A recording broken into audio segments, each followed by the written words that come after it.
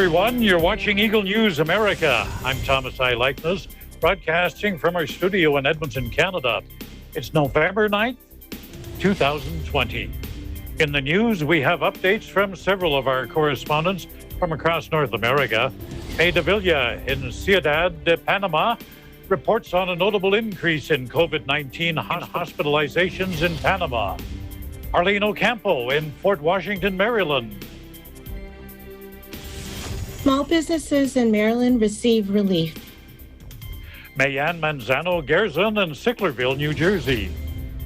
New COVID-19 restrictions in New Jersey order bars and restaurants to close early. Emerson Simon in Silmer, California.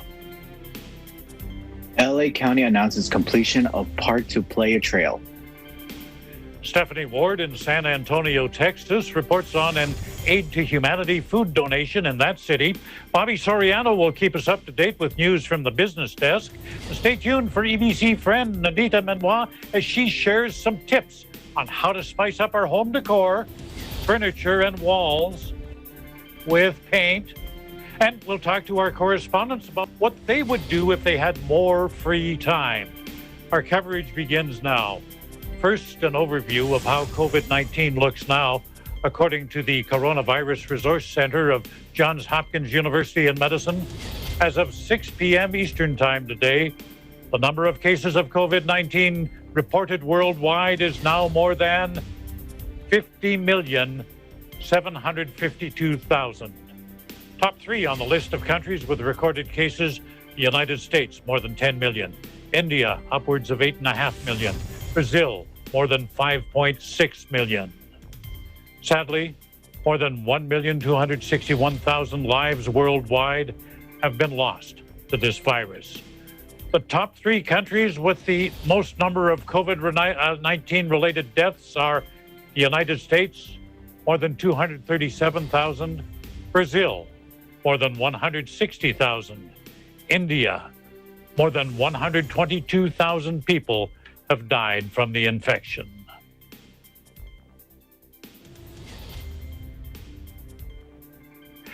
This is the news we have been waiting for. American pharmaceutical giant Pfizer says it has a coronavirus vaccine that appears to be 90% effective.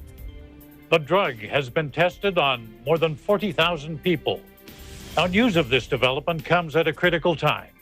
As we just told you, global infections have soared past the 50 million mark, including an alarming 10 million now infected that have been infected since the pandemic began in the United States alone. An effective vaccine is seen as the best hope to tame this deadly virus. There have been recurring surges of the infection, and this has been followed by severe restrictions across much of the world since COVID-19 first emerged in China late last year. But the vaccine isn't going to be immediately available at your doctor's office. Claire Hanan of the Association of Immunization Managers says it still needs approval by the U.S. Food and Drug Administration. That's expected to take 2 or 3 weeks. And Hanan says initially there won't be enough of it to go around, so most people will have to wait. Working on the assumption that healthcare providers and healthcare workers will be prioritized when the vaccine is in limited quantities. It makes sense because healthcare workers are the front line of defense, and we want to make sure they're protected. And they're also going to be recommending the vaccine, so we want to make sure that they get it, and they have confidence in it, and they believe in it. Now, plans are to have the vaccine paid for by the U.S. government. Insurance would cover vaccine administration fees. Eagle News business reporter Bobby Soriano will have more on how this news has affected the markets when he reports from the business desk later in the program. President-elect Joe Biden wasting no time developing a battle plan to deal with the pandemic. Biden welcomed the announcement of the vaccine by Pfizer, and he had an announcement of his own. Biden says it's time to get down to business to defeat COVID-19. Today, I've named a COVID-19 Transition Advisory Board comprised of distinguished public health experts to help our transition team translate the Biden-Harris COVID-19 plan into action, a blueprint that we can put in place as soon as Kamala and I are sworn in to office on January 20th, 2021. Biden also urged people to wear masks, saying that is critical to controlling the spread of the infection. Well, former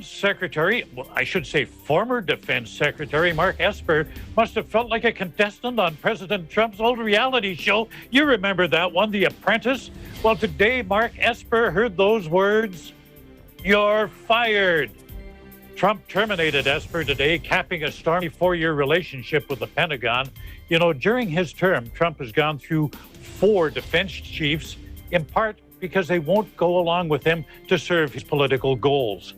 Like his predecessor, Esper had sought to fly under the political radar to avoid Trump's ire, but they ultimately collided over White House pressure to deploy federal troops to quash civil unrest, as well as Trump for a rapid withdrawal of U.S. troops from Afghanistan before the defense establishment felt it was safe. Trump announced the move this morning on Twitter. President Trump also still refusing to concede election defeat, and his administration is also refusing traditional cooperation with Biden's team. So far, it has denied Biden the normal transition package that includes office space, a budget, and expertise to prepare for the takeover. Trump claiming the election was stolen from him, but so far, his lawyers have produced only flimsy evidence to support court challenges alleging irregularities. The Philippine Nurses Association of America and the Philippine Embassy in Washington, D.C. honored Filipino-American nurses named to the American Academy of Nursing 2019 and 2020 Class of Fellows. It was a virtual celebration entitled Pagdiriwang ng Kahusayan, or Celebration of Excellence. Took place on October 30th. Honorees this year included Alona Agosta, Jeffrey Kwong, Sigrid Ladoris, Christine Pebico, and Nelson Boison. The American Academy of Nursing promotes health policy, practice, and science through nursing leadership. The Academy and its more than 2,700 members, they're known as fellows, well, they develop policies to drive reform of America's healthcare system. In Latin America, more patients in Panama are being admitted to hospital for treatment of COVID-19. Eagle News correspondent Maida Villa reports on this trend. Panama health authorities in recent days reported a slight increase in new cases of COVID-19 nationwide, a situation that is being reflected in the number of hospitalized, which increased in 5 days in more than 150 patients. According to the daily reports of the Ministerio de Salud, on Sunday last week, November 1, 669 people were hospitalized. In the following days, Monday and Tuesday, it lowered the amount to 664 and 642 respectively. However, since Wednesday, November 4, the number of hospitalized for the virus began to increase significantly. The most important increase occurred from Saturday, with 721 hospitalized, to Sunday with a record 837. Of this total of 837 hospitalized reported yesterday, Sunday, 156 are in intensive care. On Saturday, the figure was 127. Yesterday, the Ministerio de Salud reported that in the last hours, 1,021 new cases were registered after the application of 7,009 tests, and 17 new deaths were added. Authorities remind the public to give value to the lives of our elderly, and remember statistics show the largest number of infected people are young, but that the death toll is growing among older adults. According to the latest epidemiology report, some 18,812 older adults between 60 and 80 years of age have contracted the virus, of which 2,060 have died, while among those under 20 years of age, 79,866 have contracted the virus, of which 156 have died. MINSA informs the population that this is the time to reinforce biosecurity measures and the protocols established to prevent the spread of COVID-19. Luis Francisco Sucre, Minister of Health, points out that this is up to all of us to protect ourselves, and the best way to do this is by complying with biosafety measures and avoiding actions that could put ourselves and our families at risk. Desde Ciudad de Panama, May Davila, Eagle News. Vivimos en tiempos interesantes. Up next, reports from Fort Washington, Maryland, Sicklerville, New Jersey, and Sylmar, California. Eagle News America continues. Hello there. Imagine Dami got the virus, and she infected 2 more.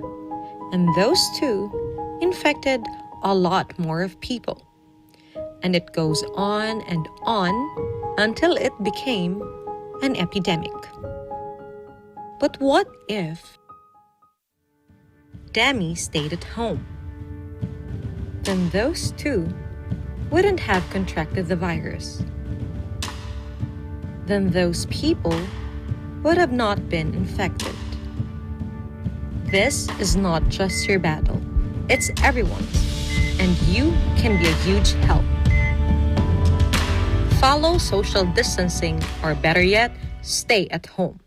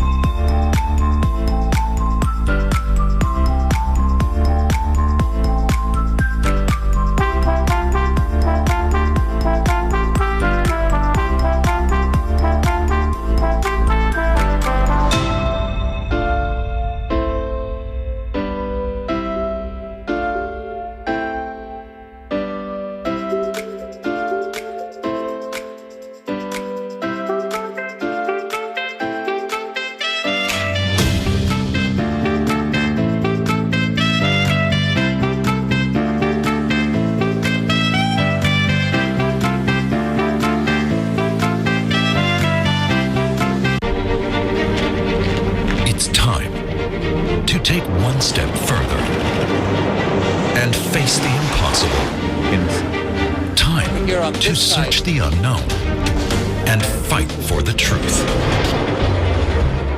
Time to overcome boundaries and connect the world. It's time for DW News. Events happen around us all the time, in our community, in our country, around the world. Events that affect people, move communities, or simply inspire us. Interesting events that people need to know. In these interesting times, we continue to be a competent partner in delivering news about these events. Fast, accurate, balanced. Eagle News, because we live in interesting times.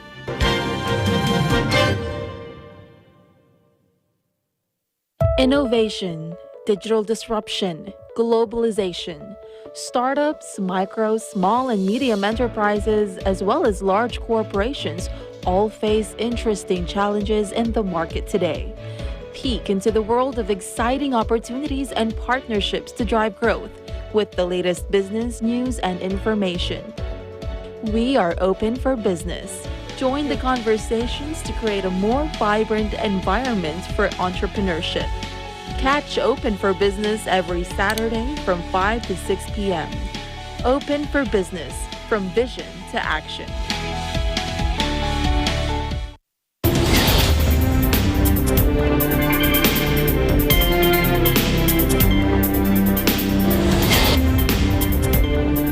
You're watching Eagle News America. I'm Thomas I. Likeness.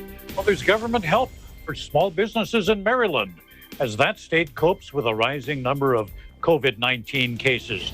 In Fort Washington, Maryland, we're joined by Eagle News correspondent Arlene Ocampo. Arlene, good evening and welcome to the program. Good evening. Thank you, Tom. Main Street businesses, independent artists, arts organizations, entertainment venues, and restaurants that were affected by the COVID-19 pandemic can now avail of the $250 million economic recovery package. To name a few that will be receiving this assistance is as follows. $50 million is intended for reserve to those remaining applications that were submitted for the Maryland Small Business COVID-19 Emergency Relief Grant Fund. Although new applications are not being considered, this additional funding will help alleviate the backlog of those applicants from March and April of this year. Additional $3 million is given to support the arts community that have experienced losses because of operations, programming, and events that had to be modified or canceled. The state will also distribute a total of $50 million across each jurisdiction for restaurants that would like to avail of the grant. They can apply for this program through their respective counties. Governor Hogan said, and I quote, "This economic recovery initiative will be critical to the struggling restaurants, small businesses, and main streets across the state that are attempting to weather this crisis. I directed our team to ensure that this much needed funding gets out the door as quickly as possible. We are urging counties and local jurisdictions to match these new state investments by utilizing the remaining CARES Act funding so that we can direct even more resources to where they're needed most." Meanwhile, the state of Maryland reached an all-time high yesterday for the 7-day average of new coronavirus cases, averaging 1,122 new cases during the first week of November. Hospitalizations are at their highest since June 17th at 707, and the positivity rate exceeds 5% for the first time since June 24th. Governor Hogan mentioned that the state is at a pivotal moment in this fight against the virus, but reassured that we are prepared for the fall surge. Hogan warned that we cannot become complacent. He is also encouraging people to continue teleworking when possible and avoid out-of-state travel, especially as the holidays approach. Contact tracing continues to show family and social gatherings are the most likely sources of transmission. Governor Hogan said Marylanders are strongly advised to cancel or postpone travel to areas with spiking numbers, including those at positivity rates of 10% or higher. And for those who do travel, should get tested and self-quarantine while waiting for the results.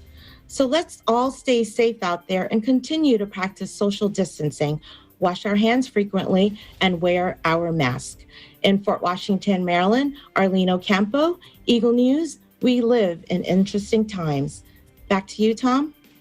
Arlene, with and Thanksgiving is only about 2.5 weeks away. With the increase in COVID-19 in your state, how is that going to affect your holiday plans?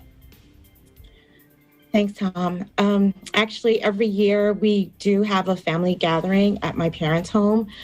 Sadly, this year, because of COVID, this will not be happening. I know it's kind of hard to not be with those special people in our lives, but we also at the same time have to think about those who are actually vulnerable to this virus. No one is immune to it, so we have to be vigilant in our plans. So no family gathering at my parents' house this year. Back to you, Tom. I'm just going to ask you for a lot of observations here. Observations, not necessarily hard facts, but, from the people you've talked to, how seriously are they taking it? Because I know up here, we've been asked to voluntarily reduce our social contacts, voluntarily limit the number of people in our homes, and it didn't seem to work. We just have this explosion of cases up here. How seriously are people taking it in your state? I think they are taking it seriously. It's just with the holidays approaching, it's just going to be a little bit more of a challenge for them. So I think we just need to, restrain ourselves from having those large gatherings. Tom. And they don't even have to be large gatherings. I mean, I know one province up here, they're limiting it to 5 people in your house, and that's it. That's it. You cannot even have a family gathering, which would normally maybe be 10 or 15 people. Do you see that coming in your area? Is there much of an appetite for further restrictions? I believe so, but I not anything concrete at the moment. But yes, with the amount of people, and especially with the weather, it's colder now.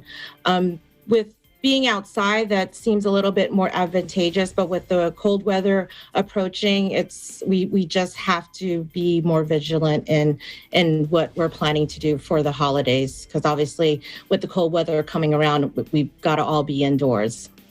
We all become hermits for the winter, I think.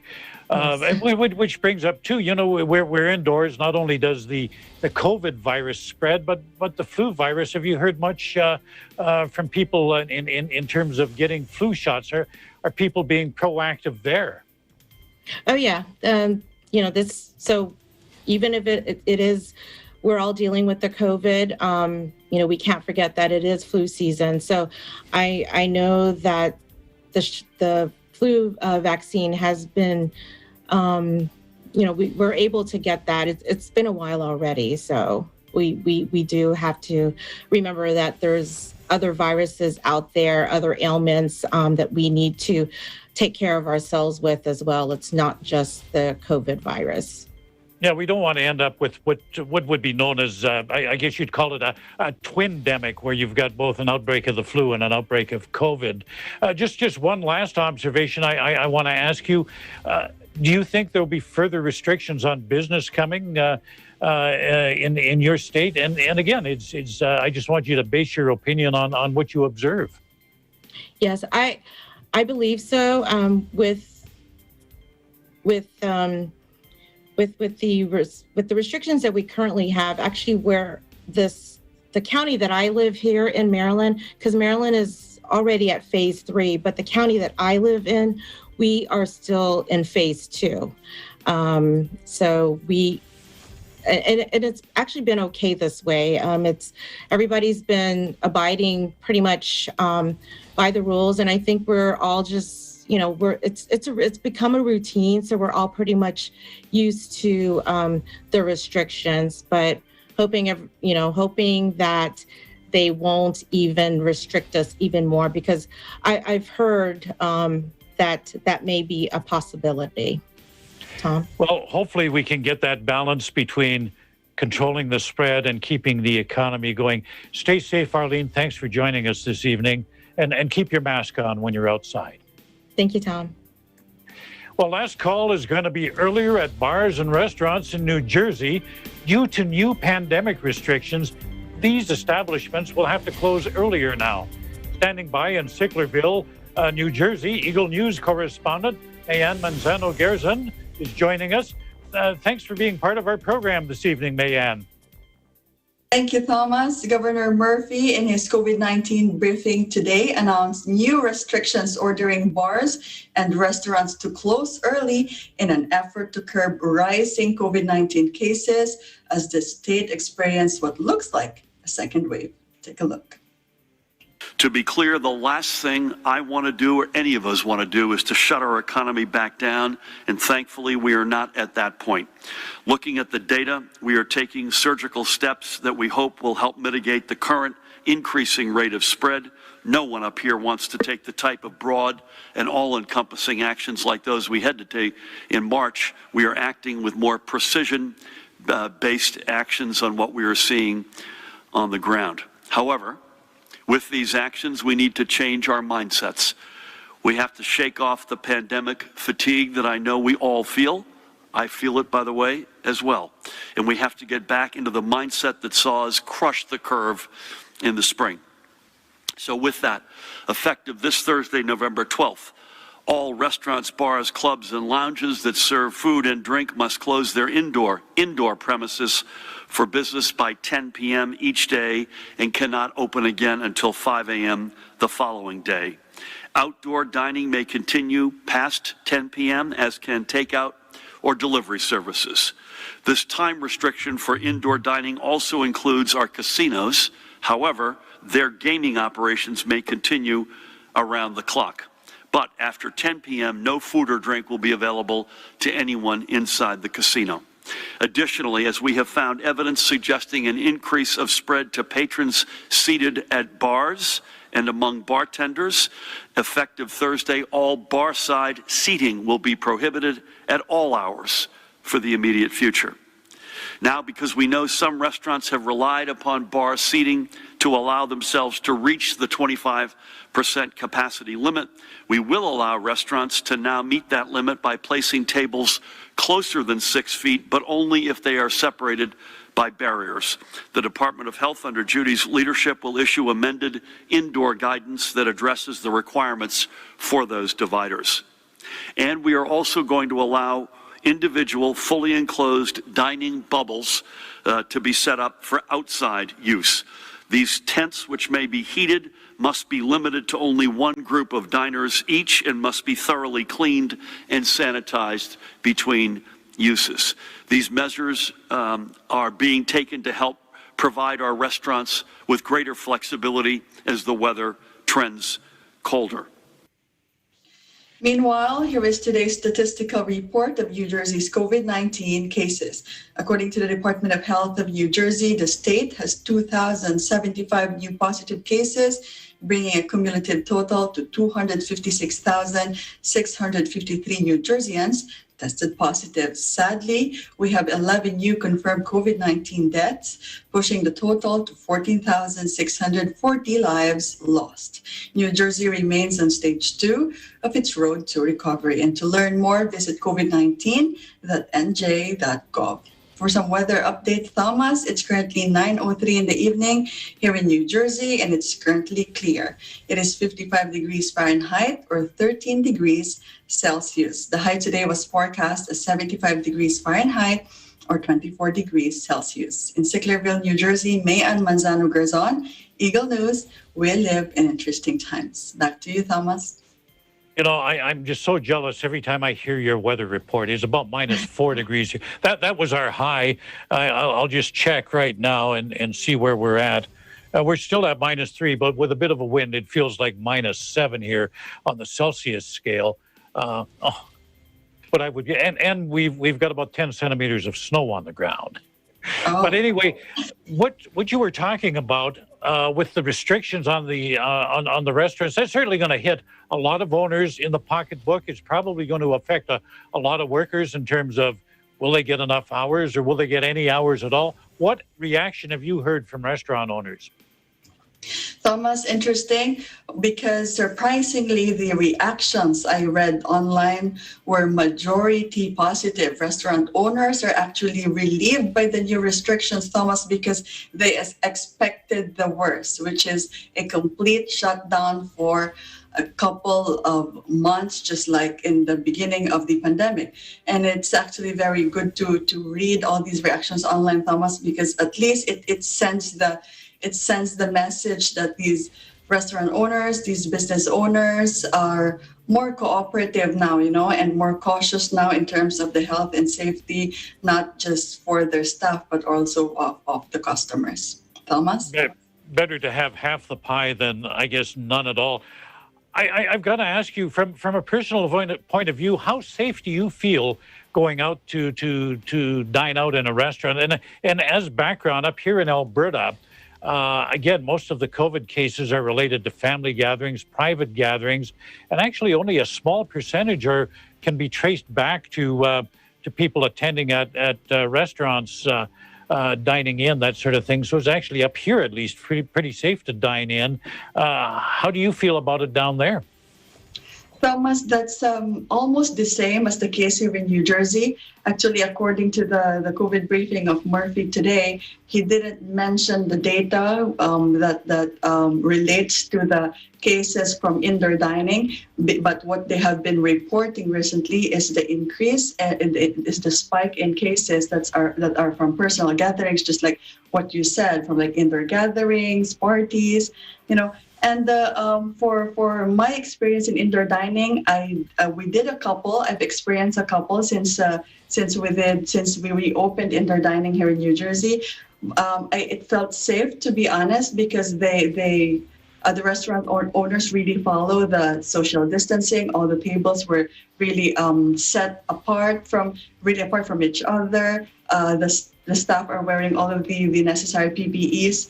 And yes, Thomas, fortunately, since those indoor dining experiences, we haven't contracted the virus. So it's I could say it's very safe. And just like what you said, what we can avoid now is to have large gatherings, just like what you also talked with Arlene earlier. Well, I guess we just have to cancel family gatherings now, just to be more safe. Not permanently, but we certainly do have to put things on hold. Thanks for joining us this evening, Mayanne, and you stay safe. You too. Thank you, Thomas. On the West Coast now, we go to Los Angeles County, where it's been announced the Park to Playa trail is complete. We check in with Eagle News correspondent Emerson Simon, who's standing by in Silmar, California. Good evening, Emerson. Thank you, Thomas. Los Angeles County announces the completion of the Park to Playa trail that will provide Angelenos with the opportunity to safely explore the outdoors after months of limited options to outdoor recreational activities due to COVID-19 with physical distancing restrictions. Los Angeles County Supervisor Mark Ridley Thomas collaborates with the public agencies and community members to hold a physical distance ribbon cutting ceremony in honor of the trail's completion with an inaugural hike across new pedestrian bridge that crosses La Cienega Boulevard and connects the Kenneth Hahn State Park to the Stone Nature Center. The Park to Playa Trail is a 13-mile regional trail that joins the Baldwin Hills Parklands to the Pacific Ocean via the Kenneth Hahn State Recreational Area, Stalker Corridor, the Baldwin Hills Scenic Overlook, Stoneview Nature Center, and the Bolano Creek Bike Path. In his speech during the inaugural ribbon-cutting ceremony, Supervisor Ridley Thomas expresses to those in attendance, "When we broke ground on this trail 8 months ago, the world looked entirely different. Despite this, some things remained the same, or perhaps become even more important. The value of human connection and opportunities to experience the beauty of our natural environment has become paramount to our well-being. Today, we celebrate the Park to Playa Trail, which represents the best of what public agencies can do when they come together to create special spaces and experiences for our community." The Baldwin Hills Conservancy Executive Officer David McNeil adds, "Not only will this connection provide a safe elevated crossing for pedestrians and bicycles, it creates an opportunity for wildlife to visit both ridgelines, which increases the region's biodiversity. While the ongoing expansion of Baldwin Hills Parklands has brought a lot of openings, the anticipation from the public for this bridge has higher than I have ever seen in years. The Conservancy has been getting emails and calls for months leading up to this day. We're just grateful the final piece of Parkland to Playa has come to fruition." In Silmar, California, Emerson Simon, Eagle News, we live in interesting times. Thomas? Emerson, 13 miles. That sounds like it could be for me, I think it would be a fairly demanding walk. What's the difficulty rating for this trail? Thomas, the difficulty rating for this trail is easy, but of course, what's easy for some may not be for others. So visitors are responsible to be mindful of their own physical limits. There are a few points in the trail where the elevation rises, but no more than about 500 feet. So for those who like hiking, bike riding, or walking their dog, the Park to Playa Trail might be something to try out. Emerson, thanks for your report this evening, and again, stay safe. Thank you. Still to come, we will bring you a report from San Antonio, Texas, plus today's business news with Bobby Soriano. This is Eagle News America.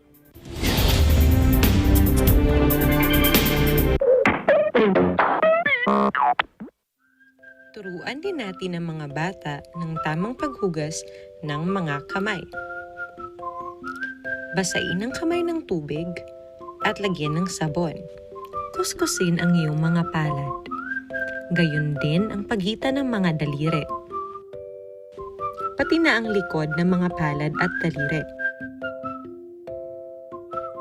Ganon din ang iyong hinlalaki. Kasama ang mga dulo ng iyong mga daliri. Pagkatapos ay iyong palapulsuhan.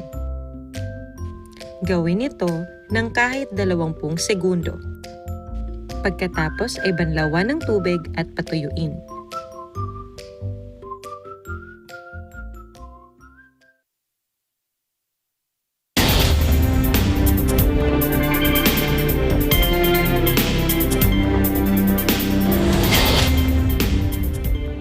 You're watching Eagle News America. I'm Thomas I. Likeness. In San Antonio, a church has reached out to give a helping hand to the less fortunate. Eagle News correspondent Stephanie Ward tells us about a generous donation to the city's food bank. Howdy from Texas. We're here in San Antonio today to see how a local church is supporting its community. As COVID-19 has brought a new season of... Since the pandemic happened, we automatically saw a double in families who were coming to see us. So we were serving 60,000 folks a week, and automatically, almost overnight, we saw over 120,000 families and individuals who were coming in need of some support. And a vast majority of those who have never needed services before. My best friend was Ben Gates. So many people have found themselves in the darkest places of their lives, and there's so many single individuals who are single parent homes who were already on the cusp of poverty. They were working multiple jobs to keep lights on, and finally, COVID was that cliff.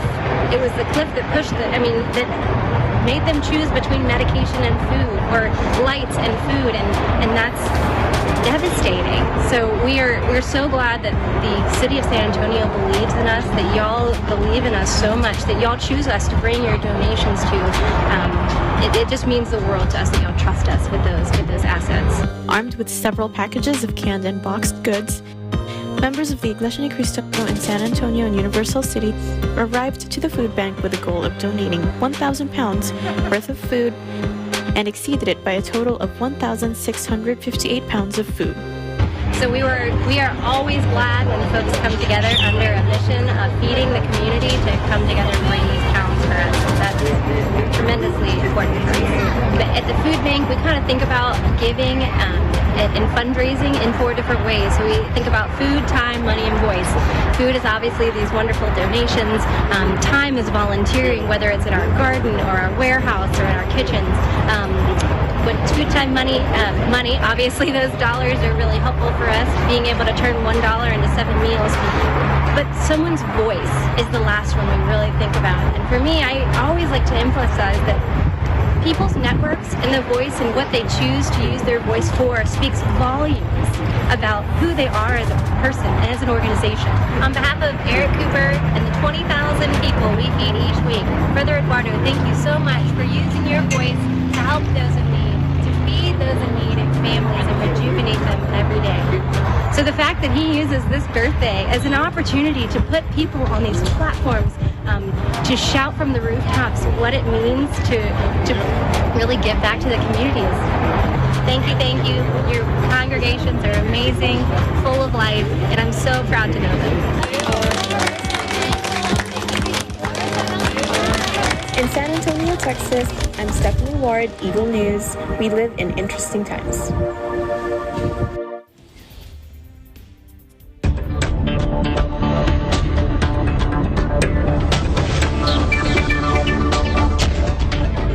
And we go to the business desk now with Bobby Soriano. Good evening. The business world woke up over the weekend following the end of uncertainty surrounding the presidential election. Here are your latest business headlines. Stocks surged today on news that pharmaceutical company Pfizer announced initial results of its vaccine testing, with its vaccine showing an incredibly high 90% effective rate. This is in contrast to the 55% health experts were expecting. The results have not yet been peer-reviewed by an independent agency, as clinical trials are still ongoing, nor has the announcement provided details on the severity of COVID that the vaccine was not able to prevent. But this did not stop the stock market from breaking all-time highs, with only companies that focus on stay-home entertainment and productivity in the red. Following the announcement, President Trump responded positively to the news on his Twitter account, while President-elect Joe Biden went on air to discuss vaccine progress and plans for the government to assist in distributing the vaccine to as many people as possible as soon as the vaccine is ready. Women everywhere were proud of Vice President-elect Kamala Harris being the first woman to be elected to the second most powerful position in the United States. But that isn't the only place that women are on the move.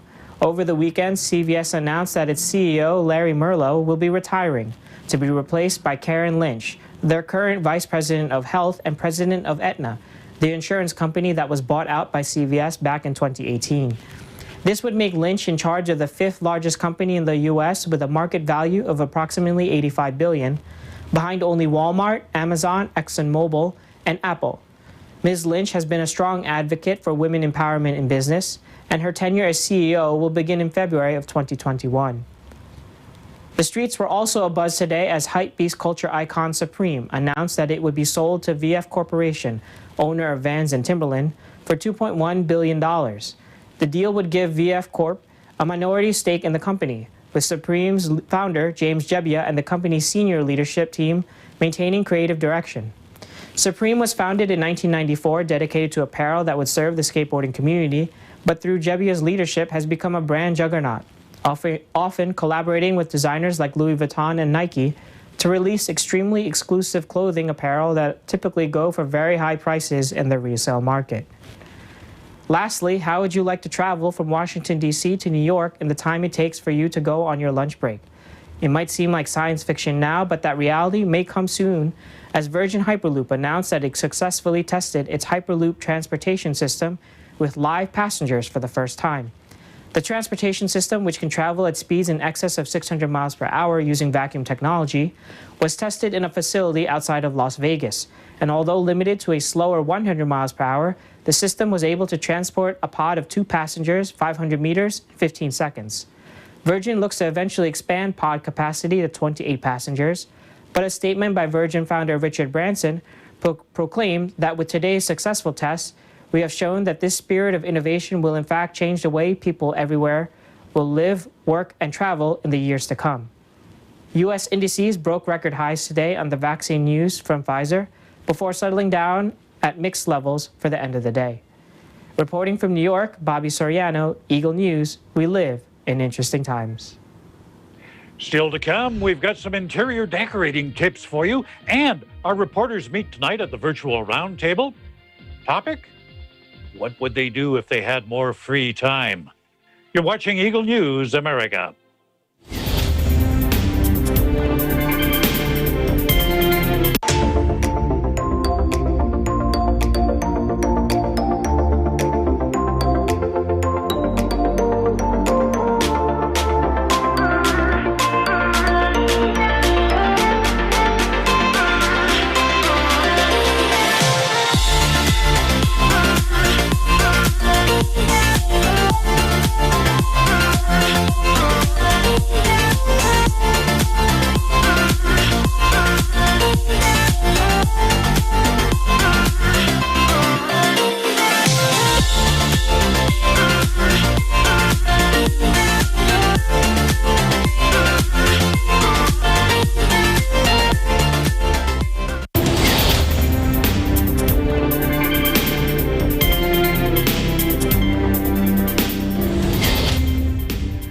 You're watching Eagle News America. I'm Thomas I. Likeness. You know, it's always a treat to have our EBC friend, Anita Manawa, join us on the program. And tonight she tells us how we can upscale our decors, our furniture, and our walls.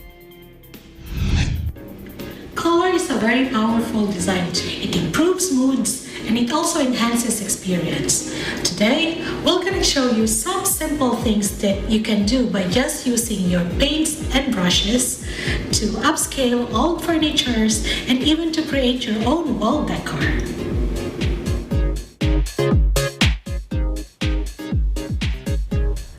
Here are some ideas on how you can use spray paints or craft paints to give a new life and color to your old home decors.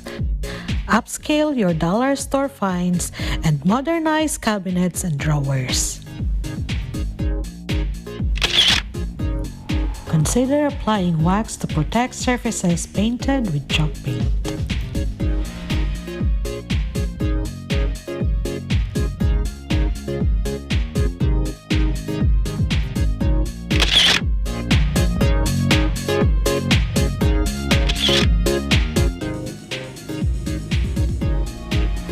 Do you have blank walls but don't have the budget to buy wall decors?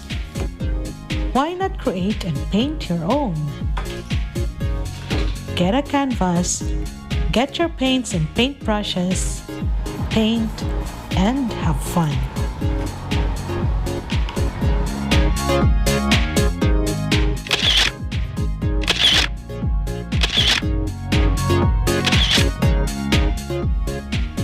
Now let's do a makeover to a dated dining table set by using chalk paint. In this project, we will use a roller, chalk paint brush, watercolor or oil paint brush, and staining cloth. Since we are painting the dining chairs with white, we applied the primer first. Then we did at least 2 coats of the white chalk paint. For the fabric, wet it first before applying paint.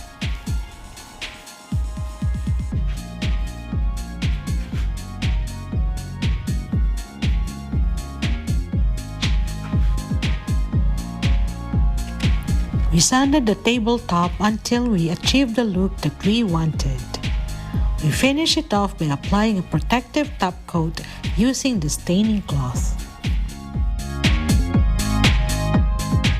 To complete the makeover, we reupholstered the dining chairs, and as this is a high traffic area in the house, we use a fabric that has a durability standard of 30,000 double rubs.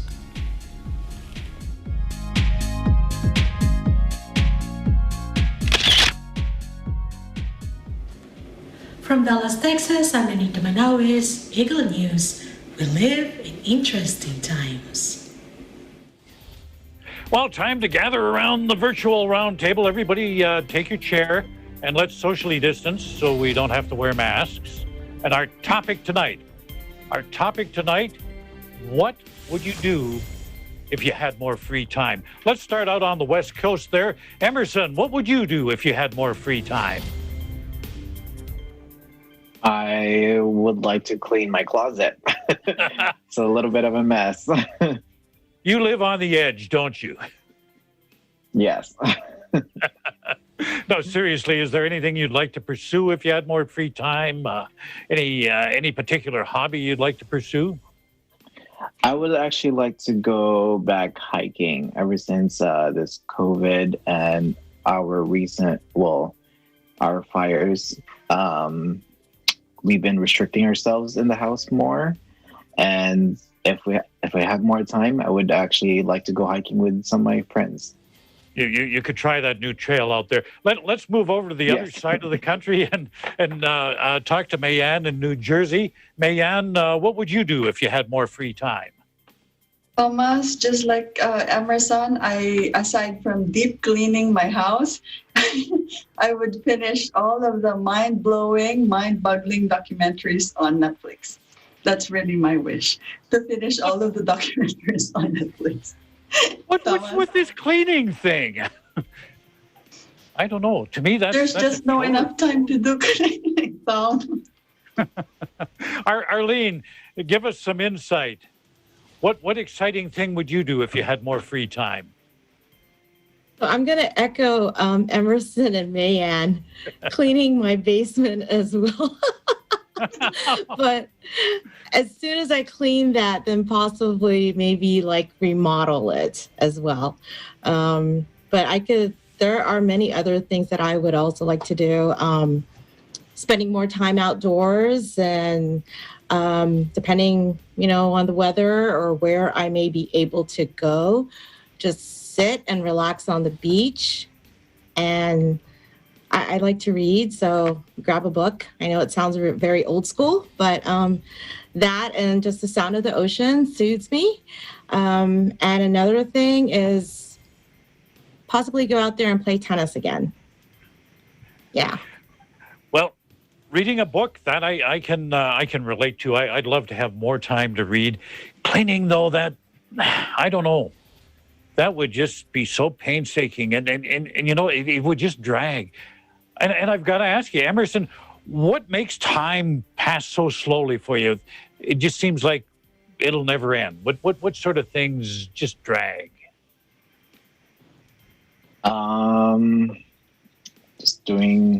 Just waiting and doing nothing makes time go really slow. Really. Mayanne, what makes time go slow for you?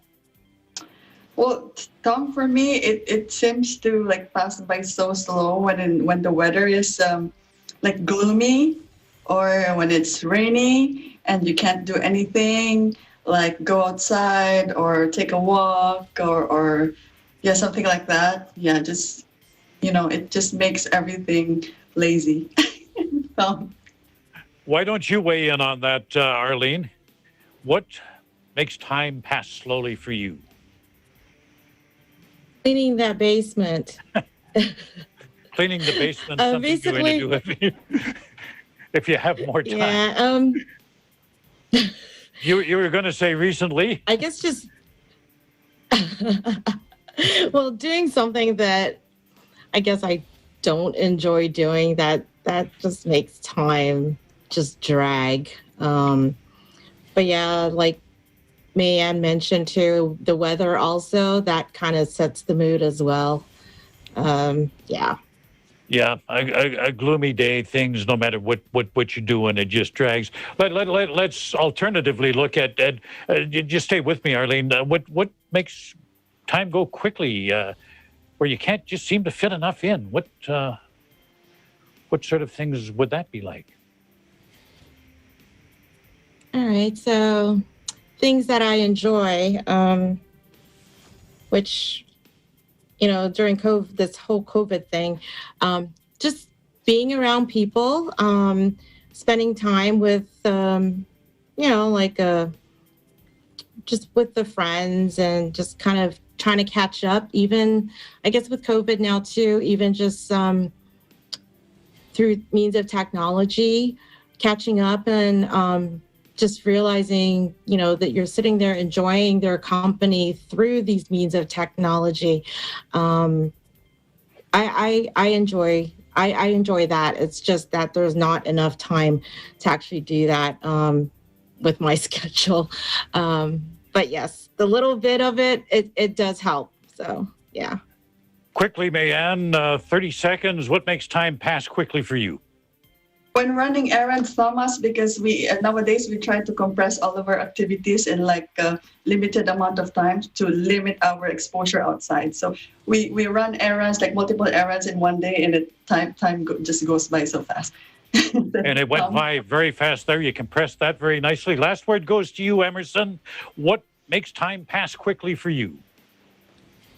I would like to echo that. Errands make time really, really go by really fast, and especially in California, since it's wintertime, kind of like wintertime, sky gets really dark